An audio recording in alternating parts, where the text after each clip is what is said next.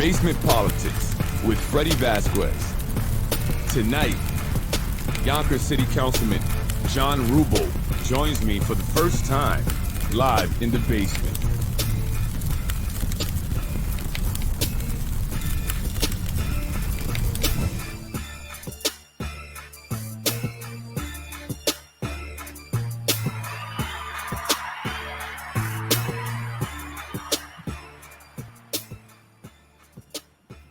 Good evening, John. How you doing? Good, Freddie. How you doing? Great. Good. Councilman Rubbo, thank you for joining me this evening. First time you're on the show. And I appreciate you making the time. I know you're a very busy man. You have a lot going on, so I appreciate it. So I just wanted to start out by just getting to know you a little bit more. You and I, we've seen each other here and there, but I've never really talked a whole lot. I like to look up on the people that I'm going to be interviewing, do a little research, and I've joked with you. I know I've made jokes on the podcast before, and we've talked about it. And I even said, "Listen, John, I'm joking. I want to get you on my show. I'm trying to grab your attention." And so we finally made it happen, and I appreciate it. And again, I'm going to go easy. Don't worry, I won't be too hard. Just kidding. But just for those who may not be familiar with you, John, Councilman Rubbo, I just want to give a little background about, give a little background on you. You're a lifelong resident of the city of Yonkers, right? Mm-hmm. Correct. You lived in you represent the 4th district here in the city, and you've pretty much lived in the 4th district your entire life. Beautiful family, by the way. I see the pictures up, and lovely family. If you haven't seen the pictures, John posts them from time to time. I like to see the trick-or-treating costumes and all that. No, beautiful family. I'm always have respect for a family man. You're a member of the Hyatt Association, Lincoln Park Taxpayers, Yonkers Sons of Italy, which recently you guys celebrated Columbus Day. I saw the, I think Impact did something there with the Sons of Italy Lodge and stuff. And I like the scooter. Whose Vespa was that? Oh, it was a member of the lodge. Yeah, he had a great Vespa. Yeah, that's pretty cool. That's a great picture of you, and it was 4 generations of Rubbo, correct? It was, you believe, your grandfather, your father, you, and your sons. Tell me a little bit about that. You have a long history here in the city of Yonkers, as well as your family. I believe your dad also was involved in politics. Is that correct, or involved in the community somehow? No, my father really was never involved in politics, and even in the Sons of Italy. I am a member there of that lodge for almost 20 years. Oh, wow. I joined before my father. I joined before my grandfather, and started to get involved, and then started bringing them to meetings. But yeah, it's really much a family affair. My father was always in the food service business.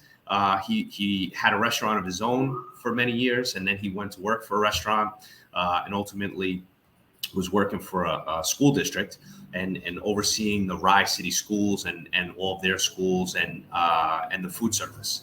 So interesting. Yeah, interesting. My grandfather had a restaurant, so hospitality was always. Yeah, and you have your restaurant there, right? The Yonkers Brewing Company, located, if you don't know, by the pier there, the waterfront. I was there not too long ago. Very nice place. Food was great. I will say the food was very good. I'll give you props there, John. So if you haven't gone there to eat, check it out. How did you get into brewing beers? I know your family has a history in the restaurant business, but brewing beers, how did that come about?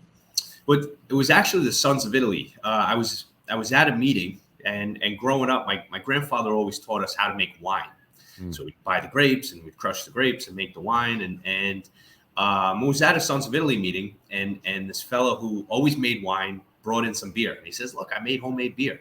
And so John kind of kicked it off, and his name was John also. And it just inspired me to try to make our own concoction. And with a friend, we did. And it just sparked the idea. Yeah, I mean, it really took off there. You have the Yonkers Brewing. It's very successful from what I see. A lot of people are there constantly when I drive by. Again, like I said, the food was good, and you're doing very well there. I just we work hard. It's and every day is a challenge, especially in post-COVID. Some people feel comfortable coming out, and I say post-COVID because I really do believe we're getting towards some new reality. And people do feel a little bit more comfortable coming out. They do feel a little bit more comfortable patronizing indoors. And So, hopefully we continue to see that. And with all of the great economic development we're seeing on the waterfront, Right. hopefully that just continues. Yeah, and how did the and obviously I'm sure you were affected by the pandemic. The restaurant business, many restaurants were affected, having to shut down. Was it tough going for you like it was for many other restaurant owners? It was. So March 17th was really the day, St. Patrick's Day of all days, Oh wow, yes, big was the beer day. day that we needed to shut down. And so I didn't know what was next, like most other restaurateurs. So I had to lay off 18 people, and I kept 2 chefs, and they rotated through the 7 days of a week. And I went in every morning at 8 a.m., or I would go food shopping and show up and answer the phones. And I worked 7 days a week for those 3 months until we got to June and started seeing things reopen. And I was fortunate that come towards the end of May, beginning of June, as people felt a little bit more comfortable going out and being around other people, as long as they were wearing masks, that's when I was able to bring some staff back, and they were able to help me give me a little break after a long March, April, and May. But it was, I didn't really get to see my wife or kids too much during that period, and I would my wife imagine. held it down. So Yeah, I would imagine. I mean, it's never easy when you're a business owner, right? I'm a business owner, and it seems like working 7 days a week, it's almost a prerequisite to being a business owner. You never stop. Even when I go home, my wife doesn't understand it, right? She has a set schedule, right? So once 3 o'clock, that's it, she's done. But me, I'm getting phone calls, well after 6, 7 o'clock in the evening, and I have to attend to them, and she hates it. So you're never really, getting a break when you're a business owner. And I was going to ask you, so you were able to hire many of the staff back, because I was going to mention that your business does employ 15 part-time and full-time people, according to what I read here. And I'm not sure if that's still the case, obviously because of COVID, or were you able to get them, hire them back? That's great. So as a business owner, also, I too, hire people in the community. So, as business owners, we do contribute in that way. I also see you graduated from Iona College in 2014. So did I. Well, not in 2004. A college, Iona College graduate. So that's also where I went to the Hagen School of Business there in Iona, and I graduated back in 2012, my MBA. And it says you spent 6 years after graduating in government. What were you doing in government? So at the time, I was hired by then Mayor John Spencer, as he was in his last 6 months in office, and I just really started out as an intern, and I was helping in the public affairs office.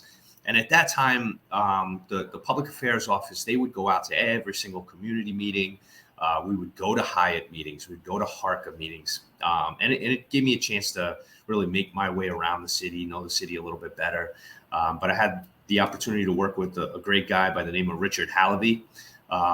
We're still very good friends, and Rich taught me a lot, and I got to learn a lot, watching different administrations. Yeah, when I saw that there, I said, okay, so you had, prior to becoming a councilman, you had some experience in government there, which is something that I learned myself. I did not know that.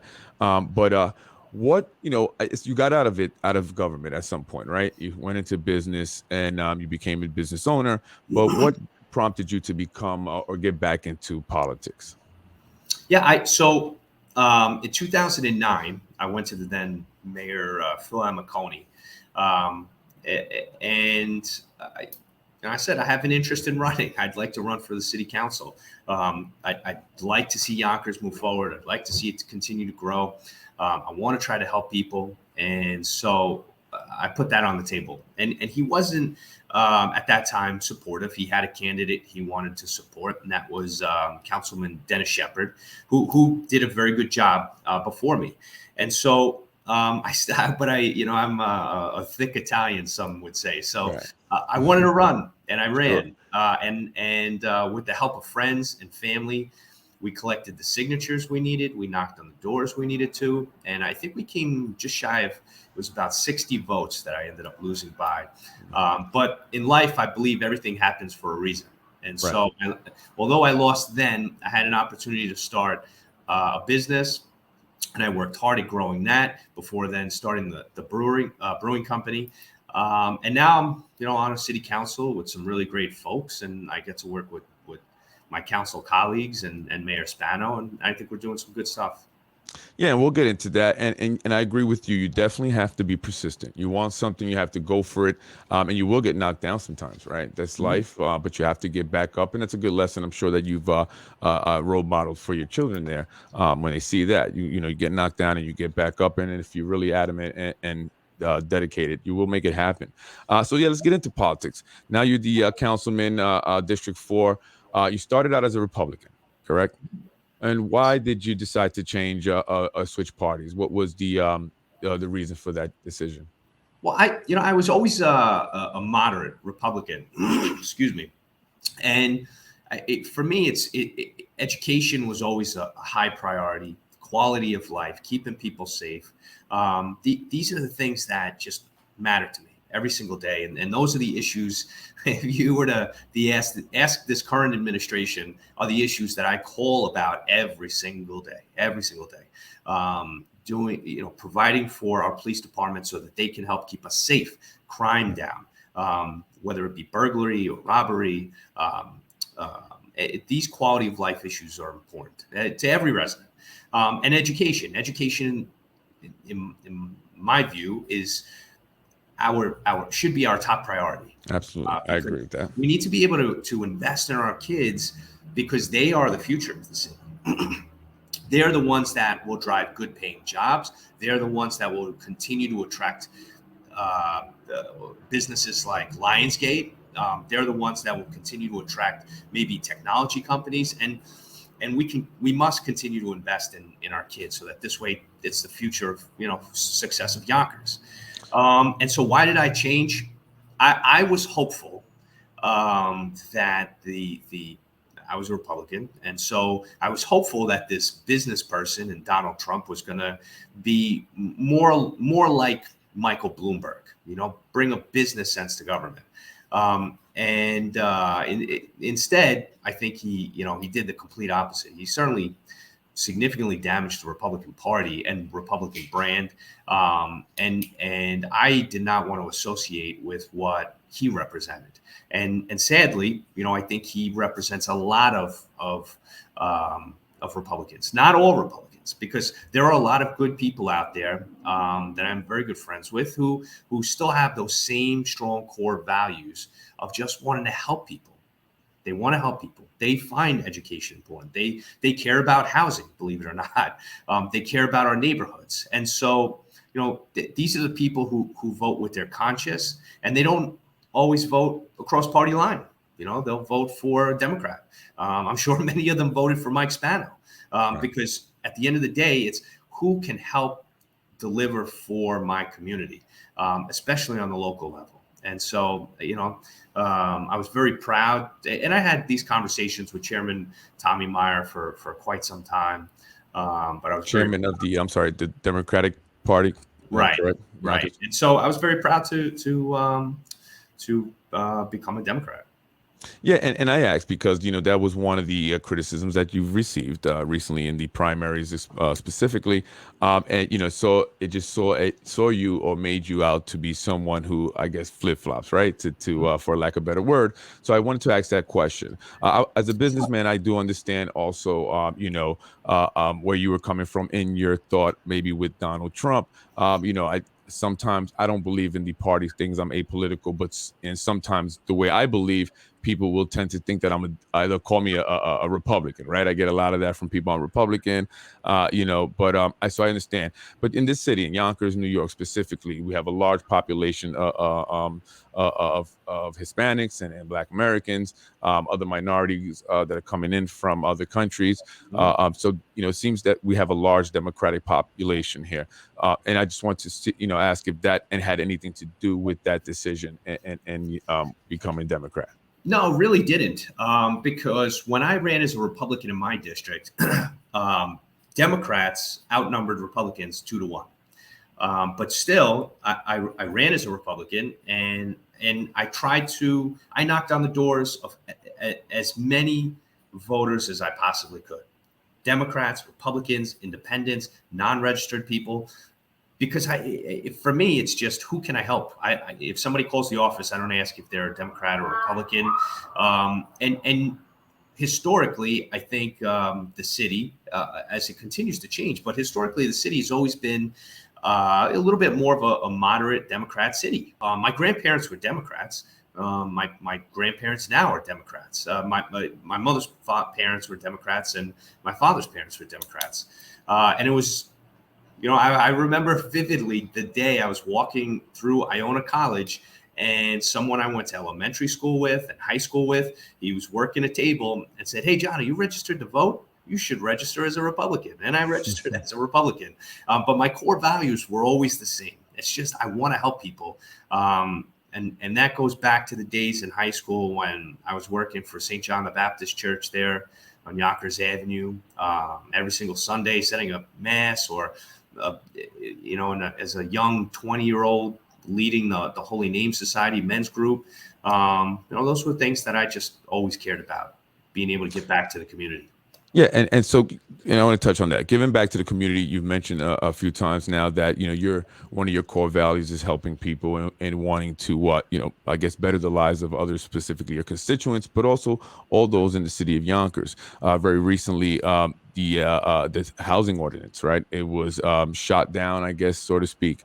And you were one of the members that voted not to override the mayor's veto. However, initially you although from the very beginning, I will say, John, that you weren't really for 20% necessarily, but you did go ahead and vote for 20%. It was a 5-2 vote. And of course, Maranti and Breen, Republicans who pretty much remain consistent throughout the whole process, right? You voted yes. Why did you change your mind? So, and I like you said, I've tried to be as clear as day on this one. And from the beginning, when 20 was first introduced to the council about a year and a half ago, almost 2 years ago, it'll be 2 years, I think, in March. So about a year and a half ago, I've been very consistent to say we have to be creative. We can create more units than if you just put a blanket 20% on. We could create many more units if we think out of the box. And we need to do that in working with the mayor. We need to do that in working with the development community. We need to do that in working with not-for-profit developers like West Ham. We need to do that with the Municipal Housing Authority. There are ways that we can be creative and create significantly more housing opportunities. Most of the housing, it's very expensive to live in and around Yonkers. It's just where we. And I want to ask you just really quick, touch on that. What you said. How do and in terms when you mean be creative, what do you and to increase the number of units of affordable housing? Because that's great, right? That's the goal. The goal is to provide more units of affordable housing, so people have options. Also options that they can actually afford. However, that's another argument that's made, and I agree with at some point. But how do we? What is the idea, the plan that you speak of, this creative idea in creating more units? If it's not increasing the housing ordinance, then what is it that you envision that would create these units? So since we don't have 3 hours, and I want to I want to get into the weeds. So what do I mean by being creative? One of the things that I had said 2 years ago, when we sat in a room and my colleagues and I spoke about this topic, was I think we need to invest in home ownership opportunities. And let's look at where most of the buildings are going up on the waterfront, right? So now you can take these multifamily properties that are on Hawthorne or Buena Vista or Ravine, and maybe they're run down, maybe they're abandoned, maybe someone just walked away from them. So the city can acquire these properties, or the Municipal Housing Authority, or some entity can acquire these properties, renovate them, and sell them at an affordable rate to people who want to be homeowners.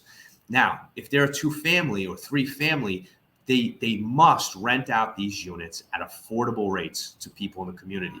And by doing that and being a little bit more open-minded and thinking outside the box, we can try to focus on helping the people of Yonkers. And this is where I really get hung up, because I want to help the people of Yonkers. The affordable housing ordinance, as it was written, as it was passed, it does handcuff us a little bit, because when you build a brand new building on Main Street and there's 400 units, and let's say it was 20%, so 80 units would be affordable.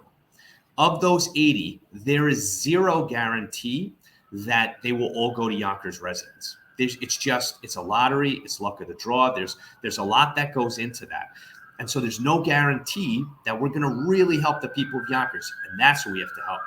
Because I have a question about that. So if Sure. if these developments are receiving YIDA benefits, right, and the YIDA, the benefits that they offer to developers are so that the projects could come into the area and better the community, provide jobs, and also just the overall prosperity and growth of the economy and the community as a whole, right?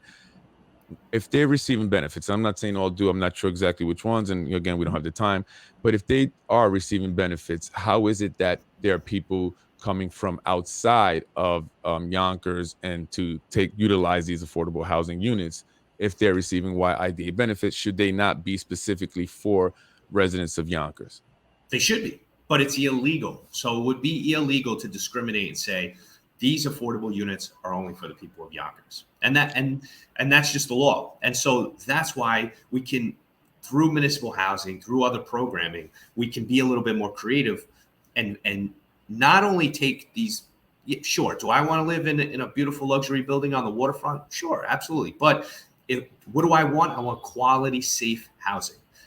And I think we can continue to drive that message home, that we need to build more quality, safe housing. And so, does it need to be in a tower? I don't think so. Should some of it? Absolutely. But there are so many programs out there. When you build 100% affordable versus putting 10%, 20% of the units, affordable units, in market rate buildings. And this is where Rich Nightingale, the CEO of West Ave, came in, and he spoke to us at a real estate meeting. And he said there are more tax credits, there are more programs, there are ways that you can raise the money for 100% affordable. So we need to keep that in mind. As long as we're building more and more affordable units. And Right. Just give you a quick stat. Now, we do have a large percentage of Westchester County's population, right? We have roughly 22% of the county's population. We also have close to 50% of all affordable units for Westchester County. Now, there's still a need. There's a need. We need to try to put people into housing, and that's my goal. So I'm looking to build as many possible units as we possibly can, but also we can't make a project where it cannot be funded by a bank. And that's what it comes down to. Sadly, it's all about money. Whether you're building, whether you're building a hot dog stand, or you're building an apartment building, or affordable housing, 100% affordable housing, it's about money, and you have to be able to finance a project. Right. So, but my concern is this, and I agree. I think building more developments, affordable housing developments, I think it's because I also understand that raising the ordinance, while it's a start, right? It's not Right. going to solve the problem, right? It's not going to, magically make all these affordable housing units all of a sudden appear. So I don't agree that that's necessarily the only focus, although I think that definitely should be a focus. I agree with you mentioned that we need to build more affordable housing developments. But my issue with that is, where do we build those affordable housing developments? And are we going to, or are people going to be segregated, right? If are they going to segregate people to a certain section of town? This is affordable housing, low income housing, and then the waterfront is going to be reserved primarily for market rate and those who can actually afford to live there, which will be not a lot of the people in Yonkers, specifically in that community, in that area of Yonkers. So that's my concern. Do you see that being a concern? Or do you see that being a problem, or potentially a problem, that there can be in housing segregation? It could be a problem, but that's part of the job of a legislator. We need to make sure that we cross our T's and dot our I's, and be sure that we're not setting ourselves up for that sort of failure like you described, because it would be a failure to begin segregating people. It should be, these buildings should be built around one another. They should be built on the waterfront, 100% affordable. Right. Well, It that's what I'm saying. Should not be excluded, where you're saying, okay, we're going to build you, somewhere up across town. No, that's not what I'm saying. I'm saying that it offers, just the way the system works, there are more programs available for 100% affordable. So it should be, something we talk about. And I commend my colleagues, because every single person is working hard on coming to the table and identifying what we need to do to get something very valuable passed for the people of Yonkers. And my hope, Freddie, my hope is that we're going to have 7 members of the council vote on this and vote in the affirmative. I'm hoping that because if you look at Westchester County's housing needs assessment, right, they'll say that the fastest growing population in Westchester County is senior citizens, people 85 and over. And so if that's the case, we need to think about, how do we build more senior housing? How do we keep good people in the city? Maybe they want to sell their home. They want an affordable unit. They need a 1-bedroom, a 2-bedroom. They don't need a big house anymore, or a small house. Right. So we want to keep people here. We want to help them. And I think those are the places where you look across the city, there's a need for good senior housing. I want to go back to the pathway to home ownership. I've heard you mention that before. I like the idea. I do like the idea. I just don't. The logistics of the idea, to me, is where I kind of get stuck. Right? People are already, we're talking about those who qualify for affordable housing and putting them into positions of home ownership.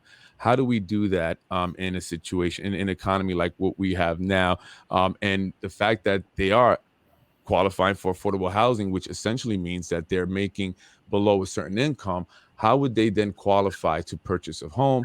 I know when I bought my first home, you have to have a certain amount of money in the bank. You have to put a certain amount down. There's all these things. You have to have closing costs come out to a lot. How do we get someone who is qualifying for affordable housing, and barely, because the argument is that even with the affordable housing units, people still can't afford them, to owning a home, particularly here in the city of Yonkers, where the prices are really high? So that comes down to programming, right? So we have 2 components of building affordable. We have the affordable housing ordinance, and then we're going to have a commitment to programming. And this is where the administration comes in. This is where Mayor Spano and his administration come to the table, and we need to work with them to build this programming. Right now, if you look on Ashburton and Nipperham, right, we have the Father Pat Carroll Green homes. Those homes are owner occupied. So someone bought those 2 families. They have the income coming in from the units up above or below, and they live in the other unit. And the city of Yonkers works with those homeowners to make sure that they can repair a leaky faucet, so make sure that they're paying their bills, to manage their money, to pay the mortgage, to vet incoming tenants. So we have programming that already does that. And so we've already started this work. So my idea is, let's continue to expand on the Father Pat Carroll Green homes. And I agree, and I like a lot of these ideas. My question is, when will we see this, right? Because it seems like, since I've been hearing about it, kind of getting myself more involved in this, I hear a lot of talking, but I haven't seen anything actually done. The ordinance was shot down. That's still at 10%. There really isn't any affordable housing developments going up, at least at the same rate as the market rate of developments are going up. And then I understand that pathway to home ownership, which seems like it's just something that does take time. We don't have time. Right, it does. People don't have time. But what we do have is, we have this existing housing stock. We have land that we can build maybe a 2-family or a smaller 1-family. The city of Yonkers owns some of this land already. And so, rather, if we were to go and change the ordinance to 20% And we did that, right? So let's say that went into effect. Well, now we need to wait for the next big project to come to the city, in hopes that they come, in hopes that they present, in hopes that we can get them through the process in the next, let's say, conservative 2 or 3 years. Right. That building goes up over the course of two or 3 years. We don't see a single affordable unit for 6 to 7, 8 years, right? No, and I understand that, and I definitely understand where you're coming from, Councilman. What I'm saying is there a plan? So is there, okay? So let's say we what you're saying is the best approach. When do we start seeing the development, the rehabbing, the refurbishing, or the building, the new build, new construction of these affordable housing units, so we can quickly start to get individuals into them that need them?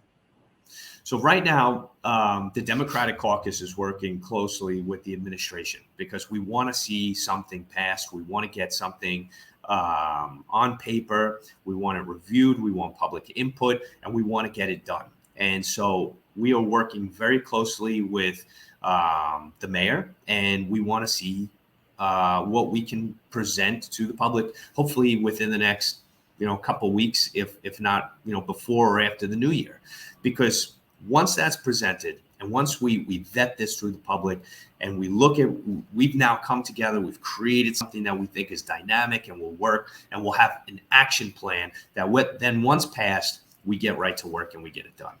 Yeah, I think that's important. I think that moving forward, and at least I think that speaking about it, right? And we don't want to go in circles, right? We don't want to continue chasing our tails.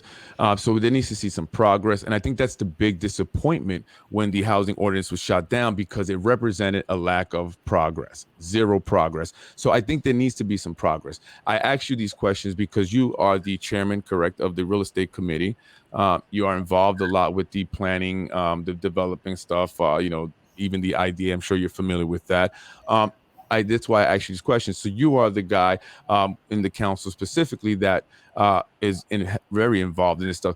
And I would like to see you possibly pushing more of this and speaking about it more, because I think hearing about it, having it talked about, people get a sense that things are moving along, and then actually seeing these things happen and the affordable housing developments going up, right? And then also addressing the issue with the AMI. Right? Do we do a Westchester County AMI? Is there a Yonkers AMI? However that factors in to get these affordable housing units up and the people in them, right? I think that's what we need to see happen, more so than talking. I get it. Back to a lot of, the other elected officials, same question. Seems like we talk about the same thing, and let's move forward. And will you be committed to actually kind of maybe really pushing things forward and seeing some change, and something where the city of Yonkers and those that need the affordable housing could really say, okay, look, John, I appreciate what you're doing, because John, I will say, in doing my research, you get a lot of negative, there's a negative perception about you out there, right? And I don't like to, I didn't know you personally, I'm not going to say anything bad about you. But what I've seen comments, I've seen things on online, some of these news on pages or whatever. Why do you think that is? Why do you think that you get this kind of this reputation maybe from some people? Well, I follow along, and it's on. I think personally, it's really comes down to a handful of the same people who are commenting on a lot of the platforms. But I will say, and this actually has meant a lot to me when I voted to uphold more or less the mayor's veto 2 weeks ago. People came out to say, especially the advocates for more affordable housing, which I am an advocate for more affordable housing. But when they came out, most of them community-oriented people came out and say, but John he's been very consistent from day one. And they gave that to me because I did not want to come out and say otherwise. I've tried to communicate my message, communicate where I think we can go, because I do think we can go from 10% to maybe 14%. I do think that we can look at the AMI. We have to use Westchester because that's what's recognized by the federal government. Right. But we need to take into account how much less our families make here in Yonkers and who are mostly in need. And so, look, I try to get to work. I roll up my sleeves every day, and I'm working to build my business. I'm working on supporting my family, and I tried my best to support the families of Yonkers. And the affordable housing ordinance, I'll tell you, Freddie, I've had conversations with the CEO of West Ave. I've had conversations with a law professor from Pace University who specifically teaches and instructs on affordable housing and writes these really in-depth essays and documents on affordable housing. I've spoken to market rate developers because that's who this is going to affect. And at the end of the day, everyone from West Ave to the developers, to the lawyers, to everyone involved, they say the same thing. If the bank does not think the project can be financed properly, they will not finance a project. And it's not the big bad developers. It comes down to the banks. Will the banks lend the money? And if we create an ordinance where it becomes difficult to show the financial success of a project, they won't get financing and we won't build. And we need desperately to build more affordable housing. Right. And I completely understand that. And, again, I'm in business. I understand, the numbers and, having to make the numbers work and, financing and, the banks are going to say, hey, listen, this project doesn't look good to us. They're not going to want to lose money, right? They only want to invest in winners, right? And I get that. I totally understand that.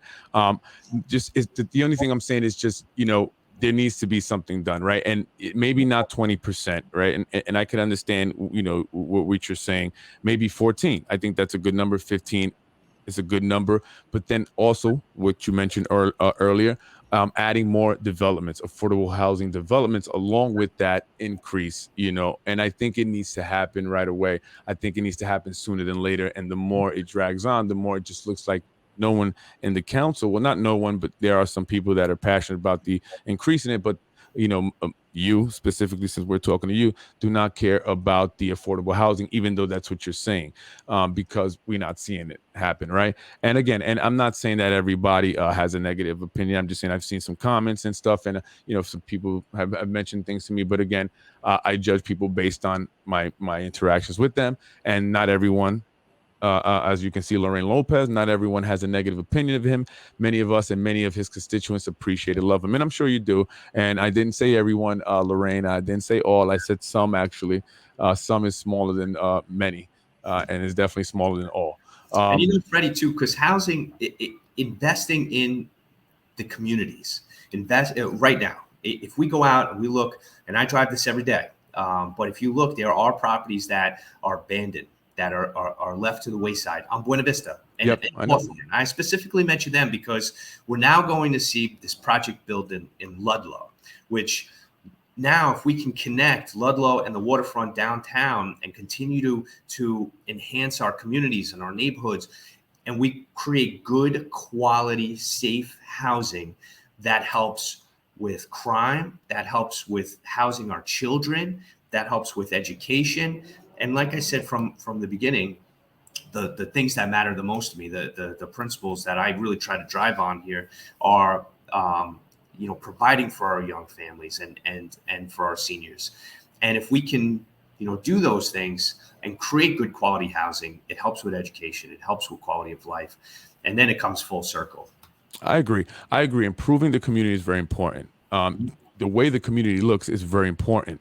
Just the aesthetics of it, right? The kids walking through the neighborhood, they want to see, beautiful buildings. They don't want to see broken glass, deteriorating buildings and garbage on the sidewalk. I agree with that.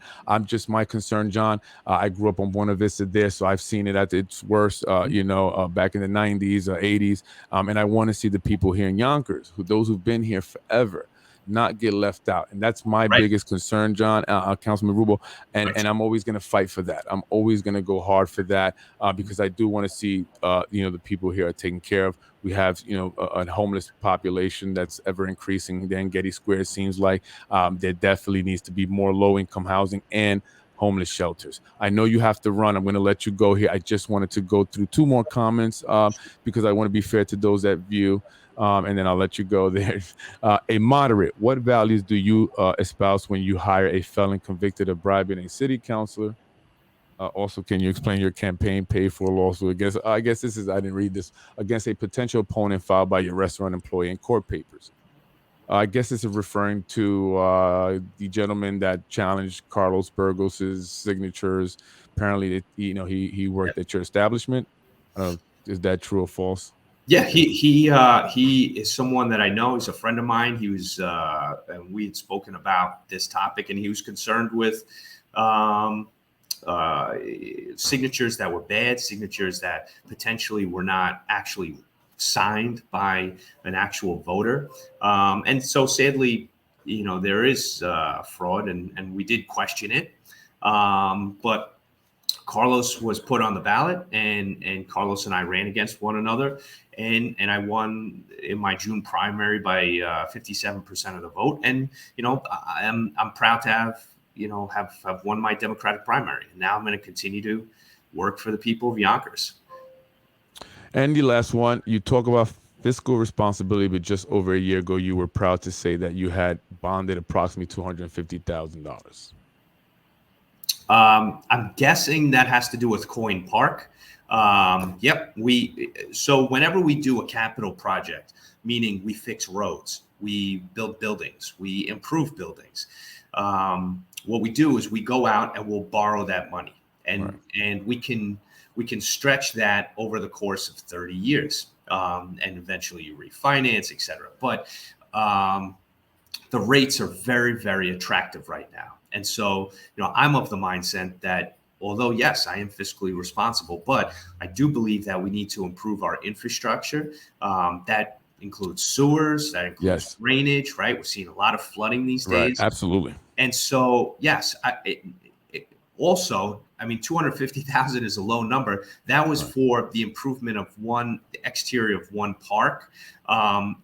I'm proud to say that we've borrowed $130 million for our school system and the infrastructure in our school system over the last 4 years that I've been on the council.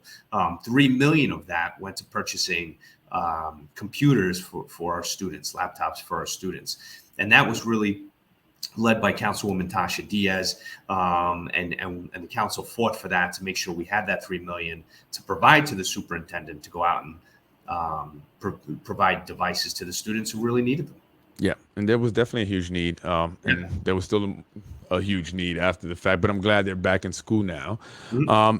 Well, I appreciate you joining me. I know you had to run, so I try to get as many of this stuff I wanted to speak to you, John. I thank you. It's been kind of a while. We try to get you on the show, but you finally came on. I appreciate you. Perfect gentleman. Thank you for coming on. If you do see Councilwoman Tasha Diaz, let her know I'm not that bad. Please come on the show. I would love to have her. I'm waiting for her to respond to my email. You responded, right? So I do appreciate it. And I right now is just a challenging time towards the end of election season. Next Tuesday is election day. We have some really great candidates on the ballot, and so I wanted to get on here last Tuesday, but I'm happy we did it this Tuesday. And we do have a city council meeting in about 15 minutes. So that's why I was a little tight on time. But I would love to come back on, Freddie, and thank you for giving me the opportunity to really talk about these things, right? Because like you said, if people think that I was against affordable housing, I could talk all day and night about affordable and why I believe we need more and how I think we can build more immediately versus wait 8 years down the line. Absolutely. And I appreciate you coming on. And I just always say it's about talking about it, and let's put it out there and let's speak on it. Thank you very much. By the way, you're going to run for mayor? Mayor, possibly? That's what I'm hearing. I don't know. Right now we have a mayor. He has 2 more years, and he does. Reelected. So he does. But they're thinking about it. I hear your name coming up, John. Thank you very much. I appreciate you joining me tonight. And good luck in the meeting there, or enjoy your meeting tonight. Take care. I appreciate it. Thank you, John. Take care. Good night. That was Councilman John Rubbo of District 4. Was I hard? I wasn't hard, right? I was never planning on being super hard. I let the people of the city of Yonkers ask the questions there. I just try to get them on the show. I asked some questions, the important questions, specifically about the logistics of our government, our city government. What's going on?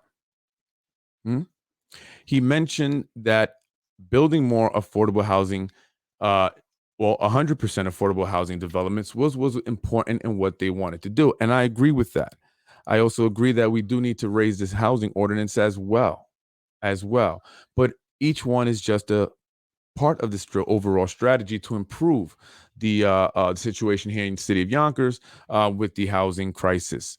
Affordable housing is very important and it's something that needs to be addressed right away. So I said to the councilman, please, I need you, and it's important that you push for this, keep it in the conversation, and make it happen. Let's not continue to talk about it. Let's actually be about it. I think that's the biggest issue with the people of the city of Yonkers. They want to see some movement. No progress has been made. It seems like you doing a bait and switch, right? That's what it seems like. You're playing with us. You're playing with our emotions, Smokey. But that's what it seems like. And unless you're actually making stuff happen, we're always going to have the opinion that you're not really for the people. And I don't want to believe that. I don't want to believe anything negative. I like to be positive as much as possible. And I appreciate it, Councilman Rubbo, coming on the show. It's been a while. I know he didn't really want to kind of come on because of maybe some of the jokes I've made, but it was all in fun. Some of it was true, but some of it was mostly just in fun. And I got him to come on. He agreed, and I appreciate it. And this is what it's all about. So, Councilwoman Tasha Diaz, please, I would love for you to join me on Basement Politics. Let's just talk about it. Let's talk about it. Let's put it out there. The people want to know. People have questions. They would love to ask you. And it's only right, as an elected official, that you answer the questions that the constituents have. It's only right. But again, the affordable housing was my biggest thing with Councilman Rubbo because he is the chairman of the real estate committee. He's very involved in the planning. There was more questions I wanted to ask, although we were limited on time, and I wanted to make sure I got out some of the important things because my primary concern is not to create controversy, is not to root out some type of corruption somewhere or some illegal stuff going on. No, not necessarily. My goal is to help the people of the city. That's the most important thing. It's not about getting anyone. It's about helping the people and seeing things improve. But if we have to get you, we will. I'm Freddie Vasquez. Thank you for joining me. This is Basement Politics. Tune in tomorrow, part 2 of the Yonkers School Board and the mandates, unmasking the Yonkers School Board or unmask our kids. You choose, but we will be coming for you. Thank you for joining me, ladies and gentlemen. I'm Freddie Vasquez. This is Basement Politics. Peace.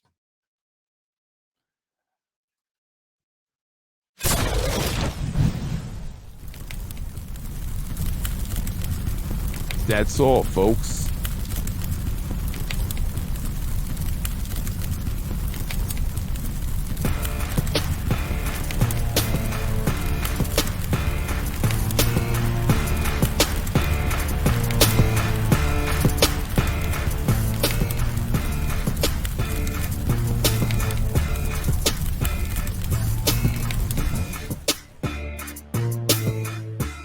You're watching Basement Politics with my dad, Freddie Vasquez.